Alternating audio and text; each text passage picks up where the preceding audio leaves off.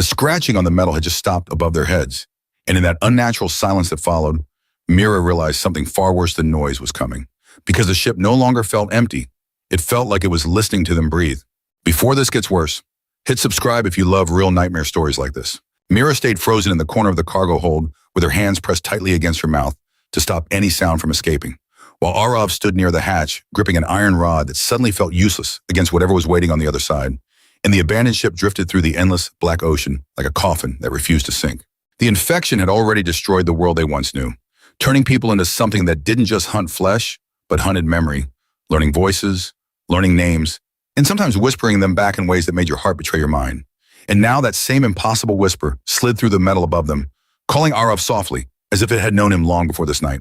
Meera's eyes filled with silent tears as she mouthed that it knew them, and Aarav wanted to deny it but couldn't, because the knock that followed on the hatch was slow, controlled, and horribly aware, like something pretending to be polite while deciding how to break inside. The metal began to bend inward without force, as if the lock meant nothing anymore, and a thin crack opened to reveal a face that looked less like a person and more like something that had worn one too long underwater. Its eyes still and focused, its smile calm in a way that made it far more terrifying than anything screaming or violent. Aarav raised the iron rod even though his hands trembled uncontrollably, and Meera whispered that she didn't want to become one of them if this was how it ended.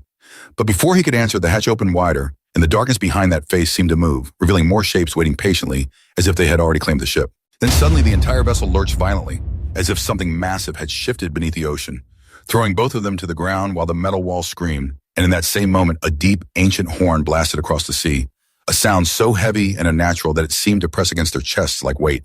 Everything outside the hatch went silent instantly. The whispering stopped. The movement stopped.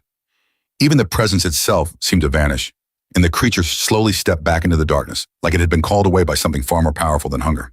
Meera whispered what could possibly scare something like that, and Aarav stared into the black horizon beyond the ship and answered in a shaking voice that whatever made that sound was not saving them. It was simply reminding everything on board who truly owned the dark.